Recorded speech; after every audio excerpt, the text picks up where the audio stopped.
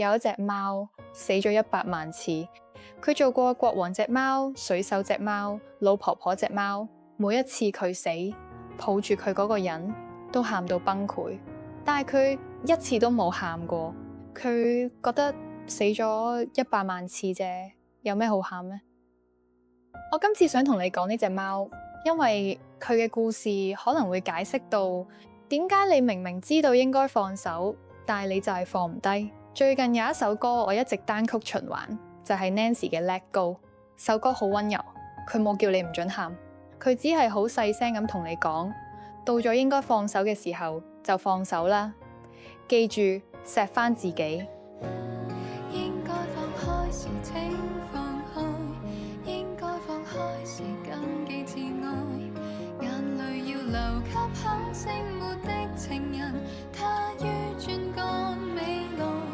應該放開時請放開，應該放開時請慢，沉落在情海，一次的錯愛不阻你到後來被愛。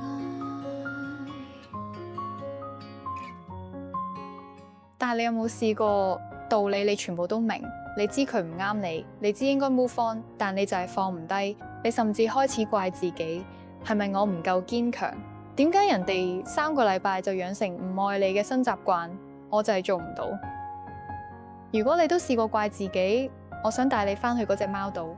呢本書叫《活了100萬次的貓》，日本繪本作者佐野洋子1977年嘅作品，全世界賣咗幾百萬本，感動過無數嘅讀者。故事主角係一隻虎斑貓，佢活咗100萬次，死咗100萬次。佢屬於過好多人，一個國王，一個水手，一個魔術師，一個小偷，一個孤獨嘅老婆婆，一個細路女，每一個都好錫佢。每一次佢死，佢哋都喊到肝腸寸斷。但呢隻貓由頭到尾都冇當佢哋一回事，佢唔中意任何人，佢淨係中意佢自己。佢最引以為傲嗰句係：我已死咗100萬次。一隻連死都唔驚，連愛都不屑一顧嘅貓，聽落好似好瀟灑、好自由，就好似一個從來唔會為任何人流淚嘅人。放手對佢嚟講容易到唔使諗。直到有一次，佢終於做翻自己，唔屬於任何人，做翻一隻野貓。佢好驕傲，佢最愛嘅仍然係佢自己。所有母貓都想親近佢，但冇一隻佢睇得上。但有一隻白貓，由頭到尾都冇望過佢一眼。佢走去白貓面前，把幾百年嚟最威嗰句又講多次：我死咗100萬次啦。白貓只係淡淡咁回應咗一聲：係咩？就係呢隻高傲嘅白貓，令佢第一次有唔同嘅感覺。貓開始陪住白貓，佢哋生咗好多好多隻小貓。奇怪嘅事係，呢隻成日講我最愛我自己嘅貓，有一日發現佢愛白貓同啲小貓已經多過愛佢自己。小貓大個，佢同白貓一齊變老，然後有一日白貓喺佢身邊靜靜咁冇再喐。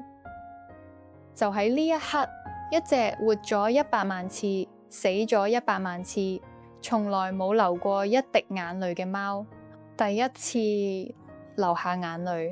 佢喊咗100萬次，由早喊到晚，喊到有一日中午，佢靜靜咁喺白貓身邊冇再喐。而呢一次，貓冇再翻生。呢隻貓活咗100萬次，其實一次都冇真正活過。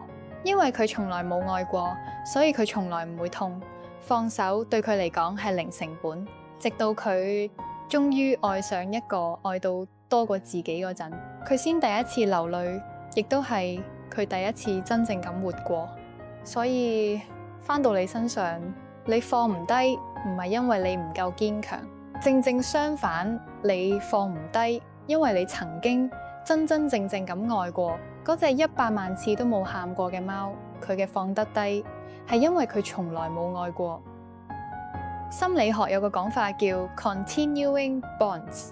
以前啲人以為健康嘅哀傷就係徹底切斷，快啲忘記，養成新習慣。但後來發現，真正嘅釋懷唔係將嗰個人由你生命裏面刪除，而係學識將佢換一種方式繼續帶喺身上。所以放手唔係逼自己唔准喊，真正嘅放手係好似嗰隻貓咁，容許自己愛夠、痛夠、哭夠，然後放低。Let go 有一句嘅意思係，就算得到嘅快樂太短，都算真摯，唔好埋怨。呢句同嗰隻貓一樣，你為佢流過嘅每一滴眼淚，唔係你嘅軟弱，而係證明你曾經真真正正咁愛過一次。所以如果你仲係放唔低，唔使怪自己，嗰啲眼淚你有權慢慢流，流夠啦，自然會靜靜咁放低。呢度係微想事務所，我哋專門受理啲你講唔出口又放唔低嘅小事。如果今晚呢隻貓或者呢首歌剛好觸動到你，喺留言同我講一句你放唔低嗰件事，記得訂閱陪你慢慢想，下集再見。